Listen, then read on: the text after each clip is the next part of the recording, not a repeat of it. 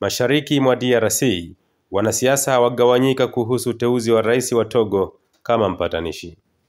Rais wa Togo Faure Gnassingbé amedokezwa kuanza tena upatanishi kati ya DRC na Rwanda.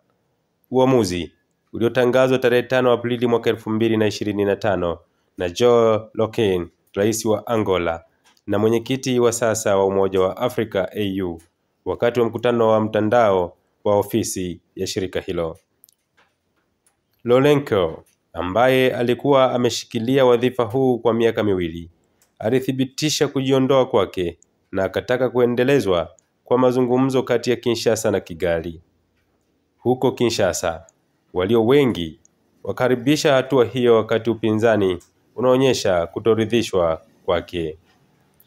Kambi ya walio wengi wanakaribishwa hatua ya rais wa Angola na mwenyekiti wa Umoja wa Afrika aliyekuwa mwezeshaji kati ya DRC na Rwanda, huku mgogoro mashariki mwa DRC bila ukosoaji wa wazi. Lambert Mende, mbunge na mjumbe wa muungano wa Union Sacrée, jukwaa tawala, anaeleza kuwa kambi yake haina hoja dhidi ya uteuzi wa rais wa Togo. Tunapoingia katika hali ya kupinga wasuruhishi, tuna hatari ya kutoondokana na mgogoro. Kila nchi ina changamoto zake. Angola, kwa mfano, ilikumbwa na vita vya kutisha vya wenyewe kwa wenyewe. Sio sisi kusema kuwa kama rais Gnassingbé aliweza kukutanisha pande hasimu katika nchi yake. Leo kinachohitajika ni kuweza kuzungumza na Rwanda, nchi iliyovamia nchi yetu. Kunahitajika msuruhishi. Je, Faure Gnassingbé ni sahihi? Rais wetu ataamua na atatuambia.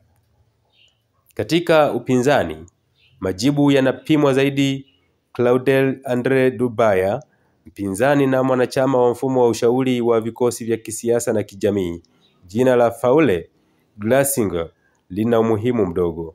Kulingana naye, ikiwa Umoja wa Afrika ulipendekeza, lazima iwe na sababu zake.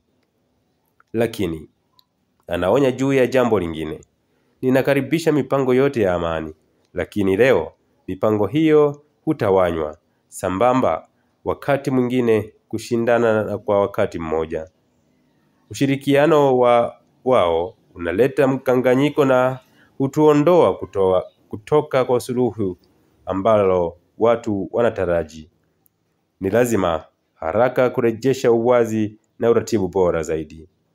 Uteuzi ambao bado unahitaji kuidhinishwa na AU. Bado inasalia hatua moja kabla ya uwezekano wa uteuzi huo rasmi.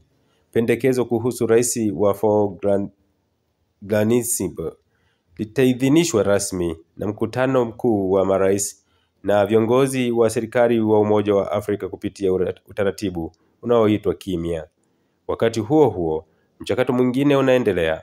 Wajumbe kutoka kwa serikali ya Kongo na vuguvugu la waasi la AFC au M23 wanaotarajiwa mjini Doha kwa duru ya pili ya mazungumzo kama sehemu ya upatanishi unaoongozwa na Qatar.